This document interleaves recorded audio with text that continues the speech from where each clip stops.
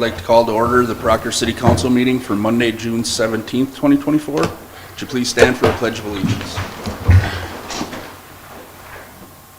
Pledge allegiance to the flag of the United States of America and to the republic for which it stands, one nation, under God, indivisible, with liberty and justice for all. We'll perform roll call at this time. Councilor Benson? Present. Councilor Johnson? Present. Councilor DeWall? Present. Mayor Ward's also present. Please let the minutes reflect Councilor Reuter is excused from tonight's meeting. And let the minutes reflect all others in attendance, Attorney Verta, Administrator Rich, Chief Gaddis, and Mr. Bennett. Looking for a motion to approve the City Council meeting minutes for Monday, June 3rd, 2024. I'll make a motion to approve the City Council meeting minutes with a couple corrections on there. Under 6A, new business, strike the, and Megan caught these just so everyone is aware, but there's two additionals in there, so one can be struck out. And then under 6B, it should actually read Resolution 36-24. So with that, I'll entertain that, or I'll make a motion to approve those minutes with the corrections. Is there a second? Second. Seconded by Councilor Johnson. Any further discussion? Hearing none, all in favor say aye. Aye. Opposed? Motion passes.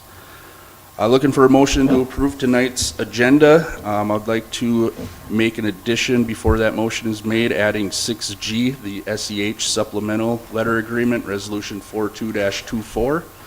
Is there a motion to approve tonight's agenda with those additions?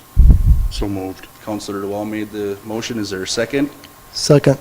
Second by Councilor Benson. Any further discussion? Hearing none. All in favor say aye. Aye. Opposed? Motion passes. That'll bring us to comments and suggestions from the citizens present. The public comment suggestion period of the meeting is when the City Council offers a time for everyone in attendance or watching from home to address the City Council.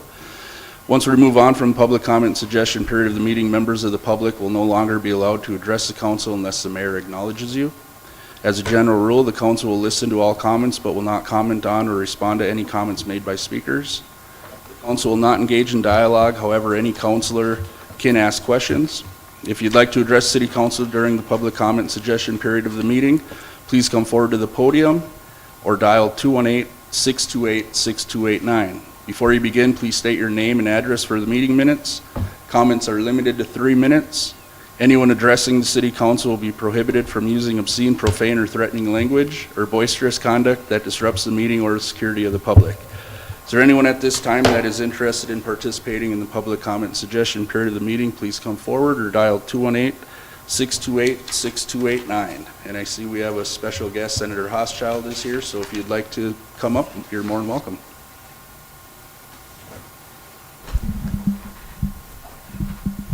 Greetings, everybody. Can you hear? Is this on? I'm not sure. Put it back right where it was, it'll all pick up.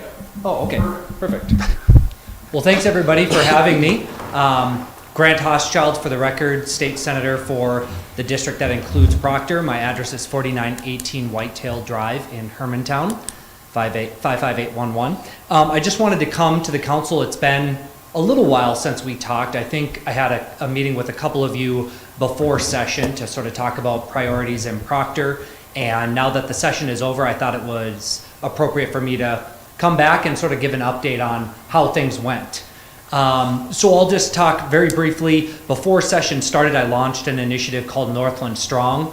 The only reason I bring that up is because you might hear that and see different initiatives related to that effort, because it's really what I've been doing to try to do outreach in the district. There's 5 categories along with that: safe communities, strong families, making sure Minnesota is a state that works, diverse economies, and also protecting our outdoor heritage. So I've done some roundtables and different initiatives around those 5 categories and put together really a legislative package that I think represents a lot of those core themes. Given the size of our district, we represent the largest and most rural district in the state. It's the size of Massachusetts, and we are in the very southern tip of it right now. And so it's really important to have these types of initiatives to give voice to residents, to make sure that there's sort of opportunities for them to engage with me as well as other legislators. So this session was a good one. A lot of my key priorities advanced this year. The first one was really the EMS crisis that I see us facing here in northern Minnesota. I had some roundtables on this, and we launched a bipartisan EMS task force. Representative Zalesnikar and myself both served on that. I think that's a testament to how much of a crisis this really is in our region. And through that, we put together a bipartisan legislative package regarding EMS services. The part of the package that I carried was the aid to communities to make sure that they can continue providing those services. And really what we're seeing is that this is a rural issue. If you look at EMS statewide, it's making money. It's the rural services that are the ones not making money. And there's a plethora of reasons. Distance, the aging population, Medicare and Medicaid reimbursements are not keeping up. We're lacking that volunteer workforce we used to rely upon in rural areas. All of this is compounding on our rural communities. And then you add on top of that a lot of our communities are taking on the license themselves and taxing their property owners to provide the service. Whereas in suburban and urban areas, those are provided by private hospitals, big nonprofits. Proctor is actually lucky. You do have a private entity that does provide your service, but a lot of communities in our region do not. Anyway, we provided aid in a package that I put forward, and we also did some reforms that looked at the EMSRB board and did some reforms to make them more accountable to the legislature. We'll now have an appointee from the governor that's responsible at looking proactively at how to provide those services. The second thing is permitting reform. I've heard from a lot of businesses, from Cirrus and our hospital systems to our mining and timber industry in northern Minnesota, that the permitting process obviously is not working. And so what I did is I worked with a bipartisan group of legislators to advance a coordinated project plan. I won't go into too many details, but the long and short of it is we're allowing our agencies to work better, more in a coordinated way with projects that come forward to ask for those types of coordination. We're also putting into place timelines so that when those timelines are not met, there has to be accountability. They have to report back to the legislative bodies as well as to the governor to say, why weren't these timelines met? What's happening? What's getting in the way? What can the legislature do? What can the agencies do to help advance these projects? We're not, writing a blank check per se. We're not allowing these projects to move forward if they can't meet the environmental standards that we have in Minnesota. But what we are saying is the agencies have to do as due diligent of a job as they can to try to advance these projects in a reasonable way. So that was the first time we've had permitting reform in 14 years in Minnesota, if you can believe that.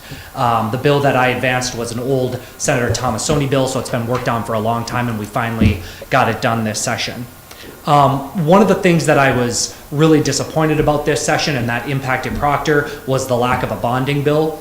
I was trying to drum the beat on how critical bonding was. However, bonding is one of the bills that requires a supermajority vote to pass. And what that meant is that we needed minority members to vote on that package. And unfortunately, from the very beginning of session, it was very clear that we wouldn't have those votes. There are some that are calling for a special session. The only way we will do that is if the minority leadership says, we have the votes, we're ready to advance a bonding proposal that can pass with bipartisan votes. As part of that package, Proctor had $3.5 million in that bill.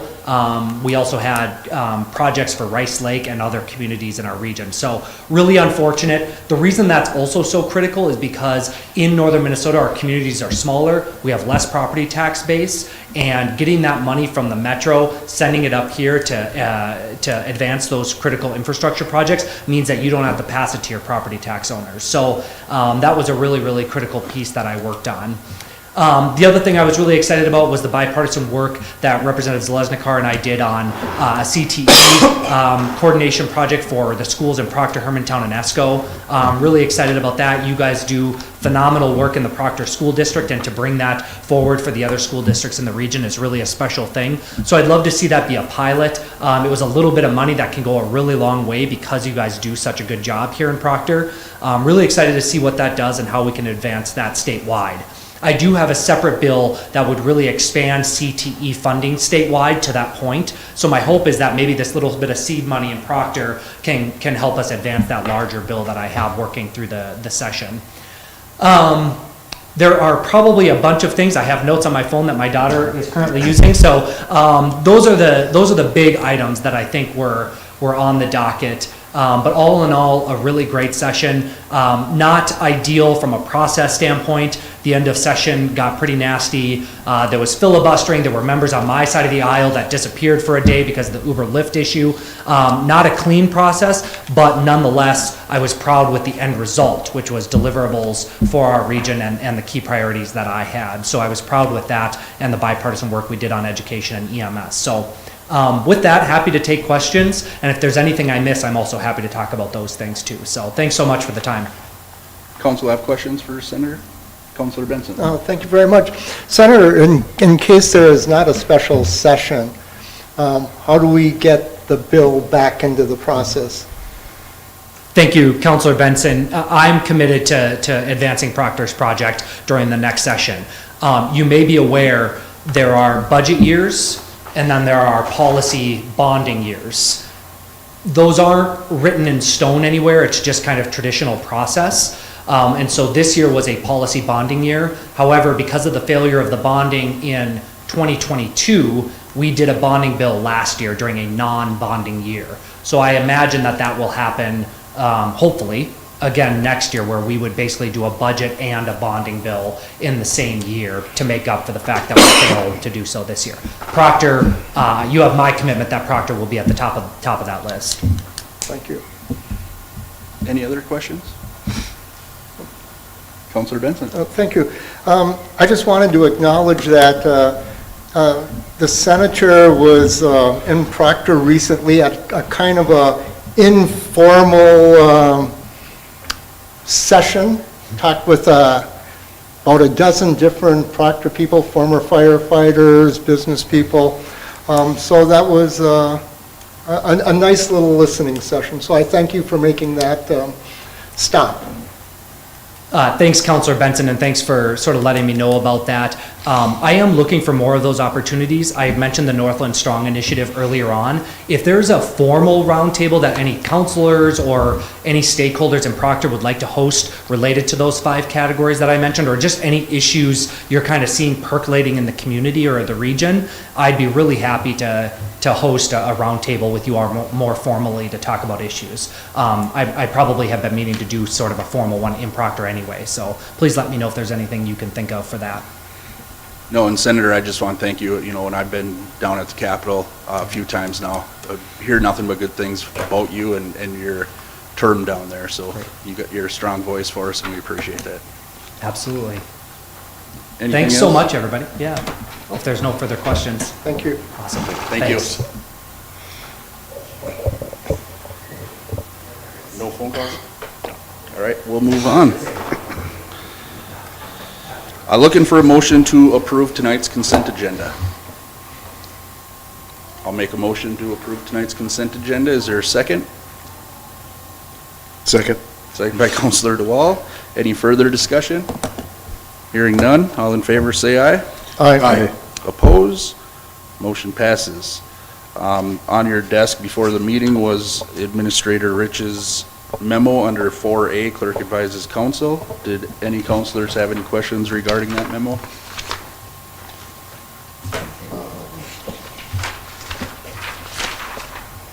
Right there. Mr. Mayor, Councilor Benson. 4A, was that the, It was that bottom one, I believe, Councilor. Bottom piece of paper there. Oh, maybe not. Yep, that's it. oh, okay. Thank you. I just wanted to make sure I was looking at the correct thing. I'll give you a little bit to look it over.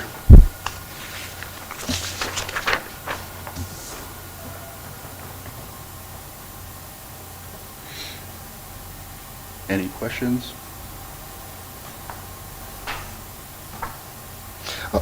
Councilor Benson. Administrator Rich, on the 3rd Street project, the LCCMR, was it because we didn't make that finalist list because it just wasn't the focus of the LCCMR? They gave no feedback on why people advanced and why people didn't. Okay. Yeah, I was just curious because I had looked at the list from last year, and the last couple of years, and they seem to be tracking towards other projects. Well, thank you. Thank you. Any other questions regarding the memo? Administrator Rich, did you want to hit on any of that, or no? No? All right. Hearing no questions, we'll move on. That will bring us to 6A under new business, local sales tax option information. Mr. Bennett. Good evening. My name is John Bennett, and I work for the University of Minnesota Department of Community Development. I guess I can give my address. I actually don't live too far away. I live just on the other side of Spear Mountain in Upper Smithville, at 9402 Zimmerly Avenue. So it's great to be here. Spent a lot of time in Proctor. My grandpa was he retired as a foreman in the roundhouse, and I used to work for the DM&I all through college. You don't have a relative named Corey by chance? My brother. Oh, okay. I worked with Corey. Anyway, I spent a lot of time in Proctor, but it's been a while since I've been here, so I apologize for that. You should see me more often than you have been recently. But I work for the university. I've been with the university for 19 years now, working on community and economic development work. I work all over northeast Minnesota and sort of help communities think about ways to understand their local economy, maybe make improvements. Sometimes it's talking about having to make really difficult decisions, but I wouldn't say that what I do is consultation. It's more, I work for the University of Minnesota Extension, so the big part of my job is I try and extend resources from the university to work with communities, mostly in greater Minnesota. A lot of the work that I do is in smaller cities or counties. I do some stuff around Duluth, but I can't say I do too much because I haven't been here probably since pre-COVID. I got a call, I don't know, it was a month ago or a few weeks ago from Jessica asking about a program that we've been doing for 6 or 7 years now about the local option sales tax. And so I sort of said I'd be happy to come by and talk a little bit about that. I know there may have been some interest on the council for thinking about a local option sales tax and what that would look like. So my initial response to Jessica was, that sounds great. However, the data that we need to do that for Proctor is suppressed, and it's suppressed by the Department of Revenue. They send out sales tax information and they'll report by jurisdiction. However, they don't report on places where they don't have enough businesses they want to make sure that individual businesses are not identifiable. So for that reason, we don't have the data that we would typically use to do this kind of analysis. And I shared that, but then I called my colleague who works on these reports, and he said, you know what, I just had the same question from NISWA, and we're trying to figure out a way to get them an answer, but maybe just through a backdoor route. And he said he would totally be willing to do that for you guys if it's something that you were interested in doing. The problem with that is that it doesn't give you a whole lot of time to think about it. Just if I'm assuming you want the information well ahead before an election to understand, what the numbers are and make sure that they make sense. If that's the case, and so I wanted to share that we can do this. And it probably would take about a 6 to 8 week turnaround time. For those of you if you're not familiar with the local option sales tax, what it is it's the state of Minnesota allows you to put up to, I think it's a 0.5% or a 0.5% sales tax increase in order to do certain projects. But in order to do that, it needs to pass a referendum. So the question that we get from people that we help them answer is, what percentages of the sales tax come from local residents versus non-residents? And so that's the analysis that I work on. And when we do this, we can come up with an estimate of what your total estimated sales tax proceeds will be, and also what percentage of those will be paid by non-residents of the city of Proctor. So we don't get in we don't get into to policy stuff at all. We don't really help with that discussion, but we certainly can be helpful if you're thinking about, if you want to find out what's going to cost our local residents versus our non-residents, which is the question that most communities want to answer. And so I just wanted to share that with you, that this is something we can do because we don't have the data from the Department of Revenue. We haven't been able to do it in our smaller communities. Typically, if you're below 5,000, you almost certainly won't be able to get the data, but there are even communities that are up to about 7,500 that we're still not able to access it. However, last year we bought we bought mobile analytics data, and through a company called Proctor.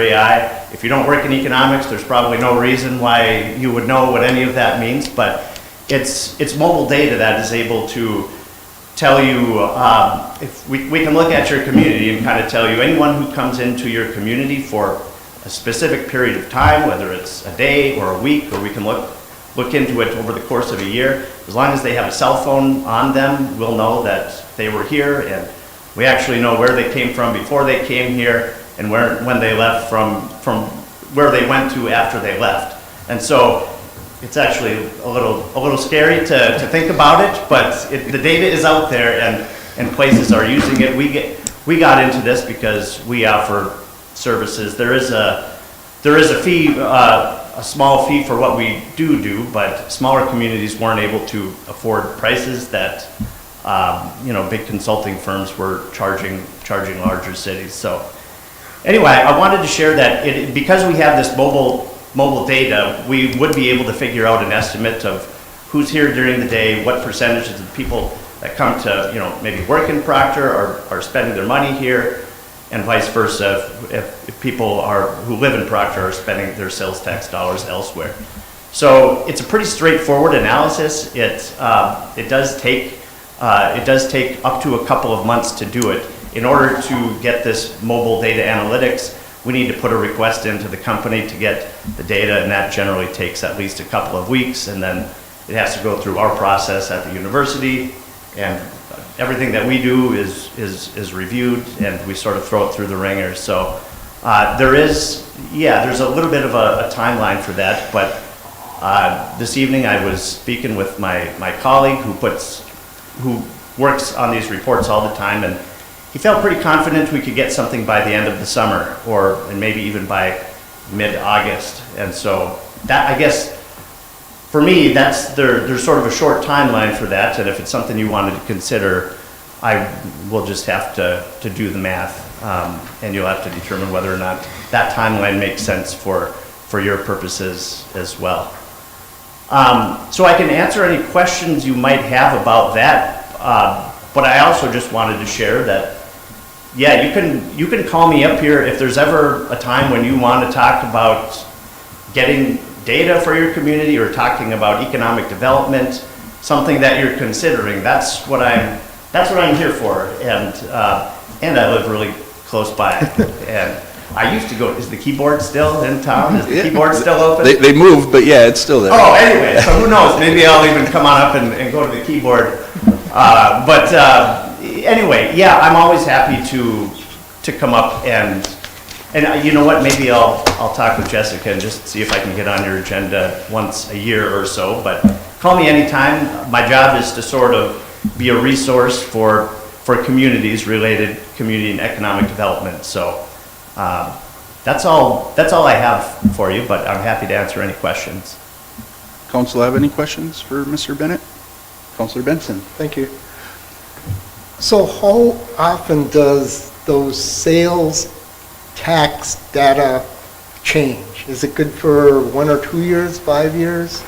Are you talking about the amount of dollars that it brings in, or are you talking about a fluctuation in local Yes. resident versus non-resident? Yes, the demographics of it all. No, that does not change that much. I've been doing this long enough now where I just did another one up in Coochin County, and theirs did not change at all. It really all depends. I mean, every place is a little bit different.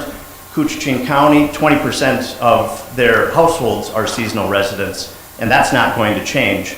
And they also have a lot of tourists. So for Couchiching County, I think it was 41% of their local sales tax dollars are coming from people who do not live within the county.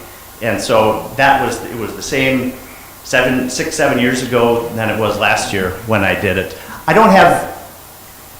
guess I would have to look into it a little bit more and maybe ask one of my colleagues who could give you a specific answer, but from my observations, I've done 6 or 7, maybe 8 of these things over the last half dozen years, and I don't believe that it fluctuates all that much, unless you could think of an event that happened, or there was, a bunch of businesses that were moved. But if nothing has really changed, I wouldn't suspect that it would change that much. Well, and from my standpoint, I guess, we're approved for 0.5% increase. That's going to be going on a ballot here, hopefully in November. It kind of would be interesting to see what percentage is being paid by residents versus non-residents. So, I don't know, it's something I would be interested to look into a little further. Sure. Yeah, Councilor Benson. And for cities that already have a sales tax in place, Yeah. does that help or hinder any future studies? Future studies, yes, certainly. I want to be careful that I don't get into, whether this is a good thing or a bad thing to implement the sales. It's Doing the hypothetical. study, if you wanted to ask a question of, or find out what percentage of people that were spending their day in Proctor do not live here, and wanted to figure out more strategies to capture more dollars, we'll have information with where people are coming from before they're here and when they leave, when they leave, where they go after they leave. And if you have a whole bunch of data that's, if you know where people are coming from and leaving to go, you can then start to talk about strategies to maybe retain more of those. You'll also have some answers to some questions about what or you'll have some kind of an idea of how much are your local residents that are here, how much of the sales, of the purchases that they buy, what are they buying in town versus what are they buying out of town. And I would imagine that you guys probably, you probably lose a lot more sales tax than you bring in, just because people are shopping down at Super One in West Duluth. Or anyway, I don't know exactly, but at the same time, you've got a lot of folks from Spirit Mountain, but that are coming and visiting here. So yeah, I think that there are good things that can come from it, just from answering that question. It also kind of helps just to get people in a room talking about this kind of stuff, and you never know what the next thing might lead to. I'm not sure. If you have somebody, if there's a local economic development committee that does work on these kinds of issues already, I don't really know what that group might be up to right now, but I'd be happy to help think about how this data or any other kind of data they might need might benefit them. Thank you. Any other questions for Mr. Bennett? Yeah, I'm trying to, I can send you if you want something in writing that I can send to Administrator Rich, I'd be happy to do that. Yeah, this is, it's a pretty, from my standpoint, this doesn't take a ton of my time, so I have the time to do it. My colleague has the time to do it. We can fit it in within the summertime frame, and but I would say you should probably, we maybe be thinking about that even within the next couple of weeks. Well, and I was going to ask Attorney Verda if we wanted to direct Administrator Rich to work with Mr. Bennett on getting maybe a quote on doing this survey, or data, whatever you call it, would that be out of line, or do a motion for that? You could absolutely authorize, yeah. And just so you realize, government moves slow, right? So by the time you get that to her, we meet in 2 weeks, so we wouldn't be able to make a decision on that for 2 weeks from now. But I've worked for the university for 19 years. I totally get it, and that's why normally I'm not this forward about your timeline, but I can see if this goes on another month, it almost might be too late to be of much benefit to you. So right. Anyway, yeah, no, that's the price. I I think we've done these in, 85 of all 87 counties now. And so we charge $3,000 for the typical analysis that we do. Because this is brand new to us, I just proposed to my colleague that we'll do it for $1,500 because this one will be first and you'll be second. It's sort of the first time we've used this mobile data to try and get to answer this question. So, that's the other piece of information that you might need to know is $1,500. And Mayor, I was even thinking data on a higher level. So Mr. Bennett explained that he's done several of these. You know, you mentioned how Coochin County has a high population of non-resident homes, right? But if you take on average all the communities that you've done, is there much variance in the ratio of resident versus non-resident, or is it kind of typical? No, there is quite a bit of a difference depending on where you're at. Coochin County, Lake County, Cook County, Itasca County, they all have a lot of senior residents. I don't know how many, or seasonal residents. I don't know how many seasonal residents you have here within Proctor, but probably not that many. But at the same time, you have a lot more tourists likely coming in. I'd have to figure out what the boundary is. Once you get to, what is the boundary near all the businesses near Spirit Mountain? That might be my first question. We don't have to chat about that now. But I don't know the answer to your question, but I certainly can help you answer questions like that if you have them. I just need a little bit of time to think about it. Any other questions? Councilor Benson? Not a question, but I'm comfortable moving forward because it's just not for this upcoming referendum, but I could see the information being used on so many other different groups and organizations and for any future bonding. Yeah. And I don't know what the rest of the council feels, but would council like to see a hard quote from Mr. Bennett to Administrator Rich before making a decision, or is everyone comfortable with what was discussed here? We can entertain a motion for any of that. I would make a motion to proceed. I think time is of the essence. I think $1,500 is a small price to pay to get some potential pretty good information. Although I don't want to wake the dog either, because my suspicions of what he's going to come up with is we're going to find out that it's probably more internal than external. We just don't have a lot of things to draw people, but we've changed some things. We've got a mini golf course now, and we do have some establishments like Blackwoods, a keyboard, this and that. Unfortunately, it gets confusing because when I look at it a little deeper, I look at like Proctor Builders. We have a lot of sales from people outside Proctor, but they're being taxed where they live, where the product is being produced. Is your analytical going to figure that out? Proctor Builders has a huge tax base, but a lot of it goes to Esco, to Duluth, to Hermantown. That's a different type of analysis, and we do that economic impact type of analysis as well, but that's using a whole different set of data. You would not get that information from this report. Right. It's just going to basically who's inside the circle paying and who's outside the circle paying. That's right. Yeah. But I do think it would help our Economic Development Commission too, as they proceed forward with some things on what might be attractive to. And I think that baseline, that percentage of mix is going to stay pretty consistent with us. But it'll at least give us that benchmark so that if we do a change of economic development, we can see a change. So yes, to answer your question, I'm okay with, and I'll make the motion if that's what you're looking for. You heard Councilor DeWall's motion. Is there a second? Second by Councilor Johnson. Any further discussion? I had just one question. How long of a time frame do you go back? Because obviously Spirit Mountain right now ain't producing a lot of tax revenue in our area, but last winter, probably not even last winter, but maybe last winter it did. How far back do you go for this? 12 months or 24 months or? Well, we'll put one of the things that we'll do is we'll we'll put together, we'll do a trend analysis, so we'll go back at least 5 years. Oh, okay.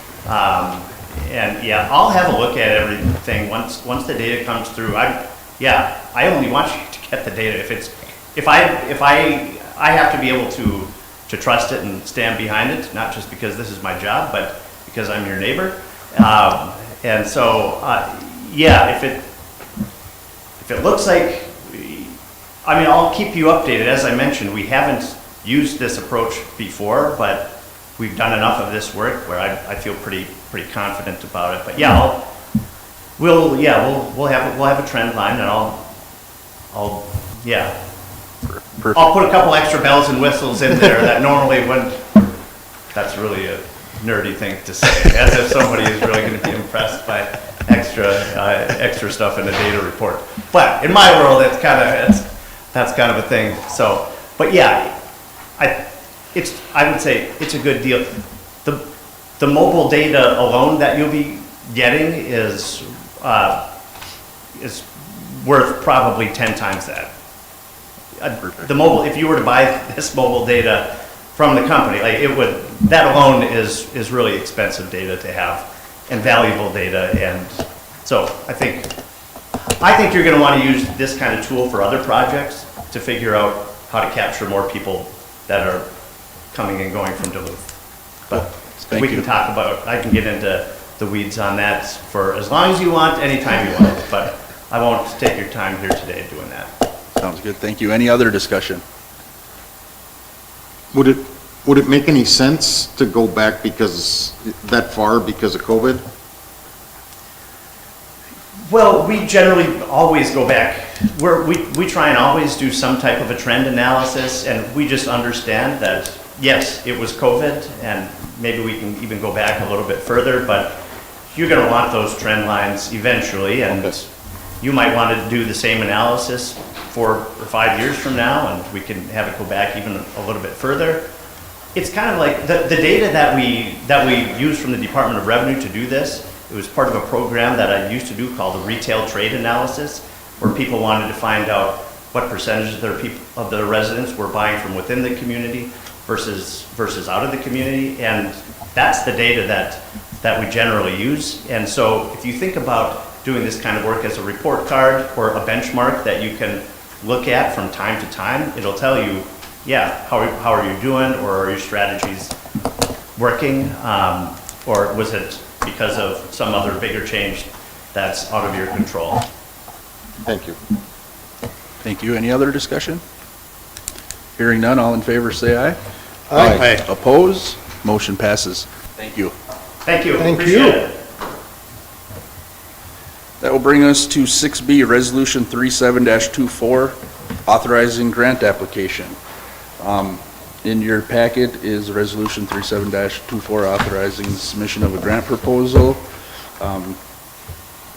and committing a 5% match if the grant is awarded. Looking for a motion to approve Resolution 37-24. I'll move. Councilor Benson made the motion. Is there a second? Seconded by Mayor Ward. Any further discussion?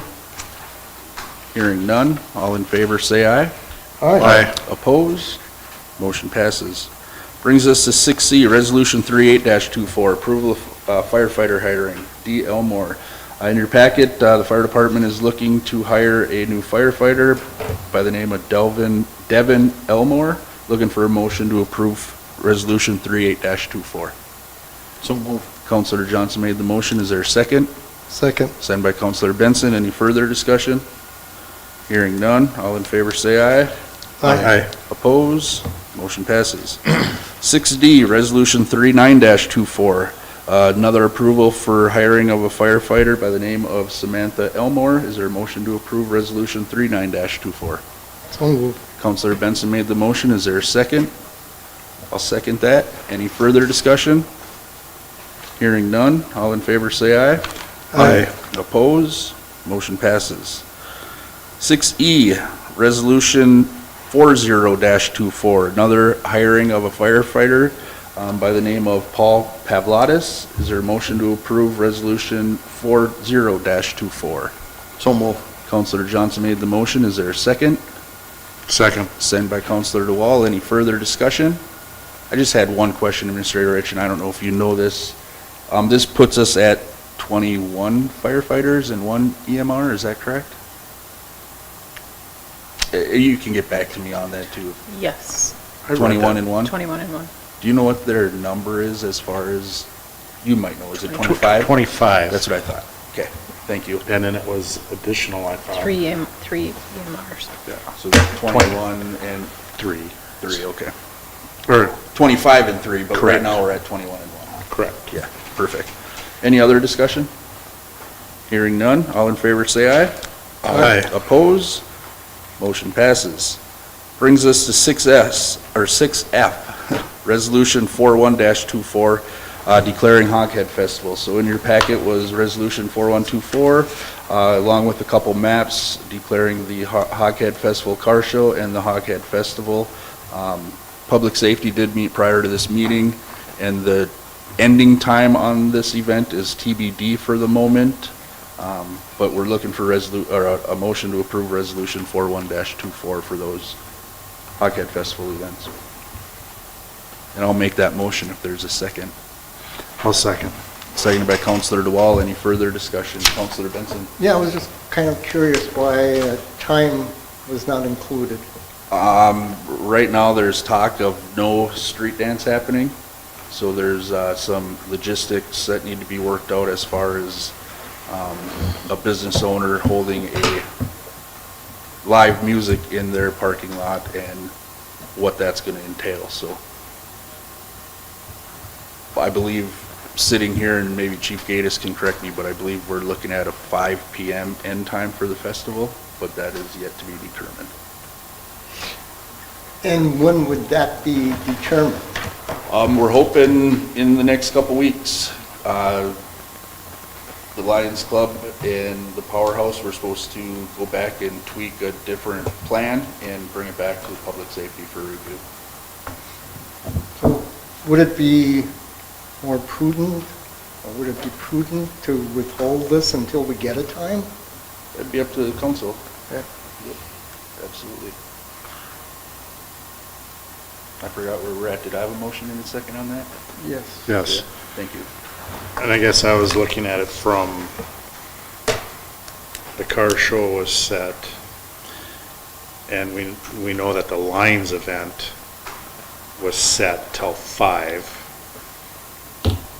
So whether you call it a street dance or not was the third item that. Yes, because this map here is for the actual Hoghead Festival, the parade, the vendors, the kids' games, that kind of stuff. That's a bottom map there, and then the top one is just for the car show. And so Public Safety was all in agreement as far as these two maps, and I guess the time for the Hoghead Festival would end at 5. Yeah, Right? it's, But as of right now, just to answer Counselor Benson's question, I'm voting on those two things, is the way I view it. It ends at 5. The TBD is assuming that we get another more articulate packet of what it might be for that third event.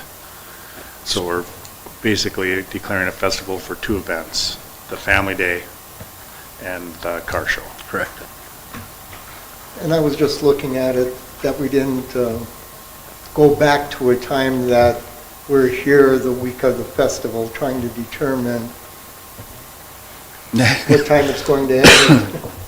No, I think it was made clear in the meeting earlier today that it was going to happen sooner rather than later, right? He was going to get back to us, and Like, I would assume our meeting in July, is that safe to assume? We should be able to meet before the next call. Oh, yeah, please.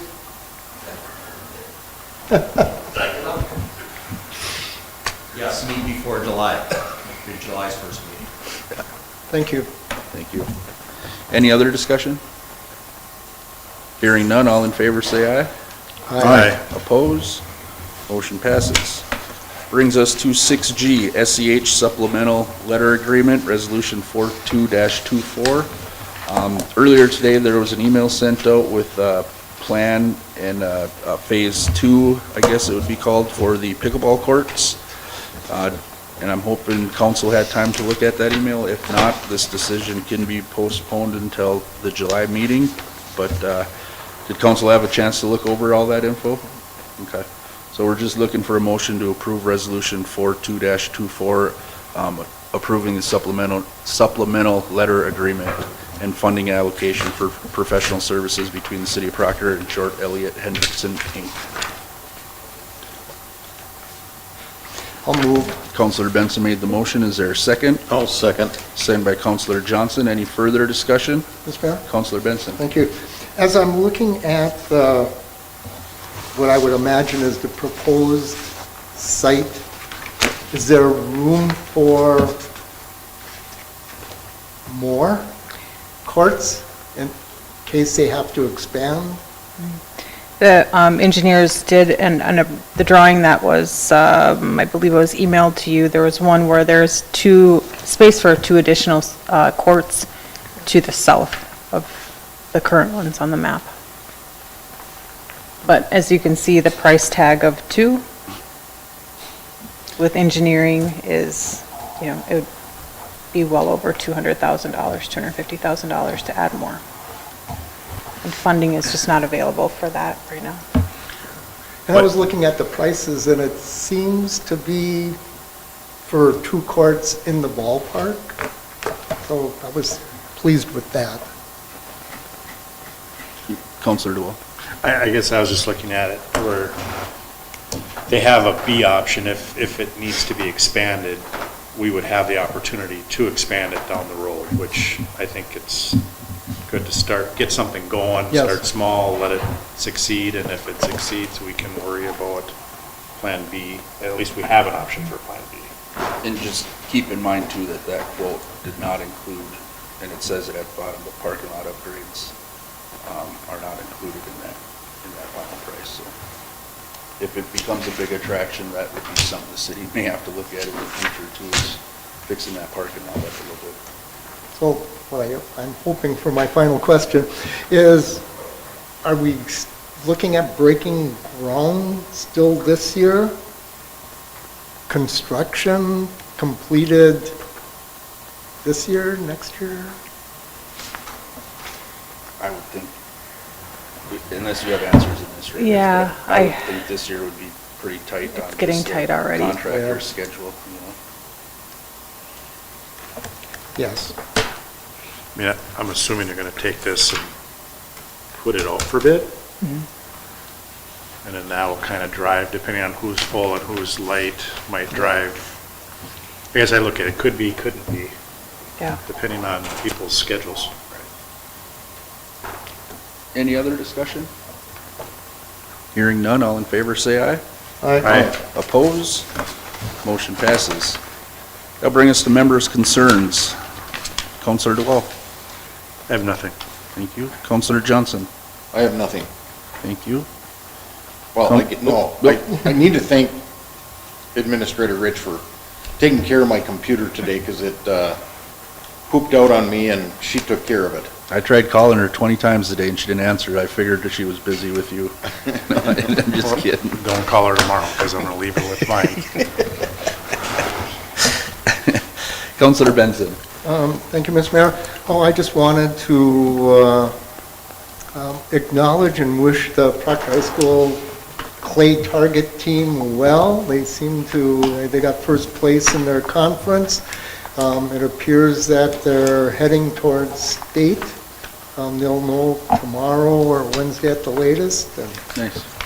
so congratulations to them, and they're one group that supports the Proctor Gun Club, so that's great. Awesome. Thank you. I just had a couple things. Just a reminder, City Hall will be closed Wednesday, June 19th for Juneteenth. And just a reminder to anyone watching that on the back of your PUC bill the last couple of months, they had a lead service line inventory. Please participate in that and get those submitted, or get a hold of City Hall so we can come out and inventory your lead service lines. Is there a deadline? There is, but I don't remember what it is. As soon as possible. And I might add, regardless of your home's age, the inventory still has to be done. Thank you. All right, Chief Gatus. All I have is that Officer Roaring started today. Nice. That's Oh, all I got. Thank you. yay. Yep, awesome. Administrator Rich? Nothing? Attorney Verta? I just have to report, Mayor, that Attorney Hanka said he'll have comments on the draft blight policy within the next week or so. Oh, cool, awesome. Get something off the unfinished business line. So, thank you for that. That being said, looking for a motion to pay the bills in the amount of $64,374.66. So move. Counselor Johnson made a motion. Is there a second? Second. Second by Counselor DeWall. Any further discussion? Counselor Benson? If you could hold on, Mr. Mayor, I had a bunch of notes and they all disappeared. So I'm trying to, I did have a question. And it's gone. So I'm a big fan of paper. Did you want to look at mine? I will, no, I'm going through the bills, but I will contact Administrator Rich when I could focus in on it. Thank you. Thank you. Any other discussion? Hearing none, all in favor say aye. Aye. Oppose? Motion passes. Looking for a motion to adjourn. Make a motion to adjourn. Counselor DeWall made a motion to adjourn. Is there a second? I'll second that. Any further discussion? Hearing none, all in favor say aye. Aye. Oppose? Motion passes. Thank you.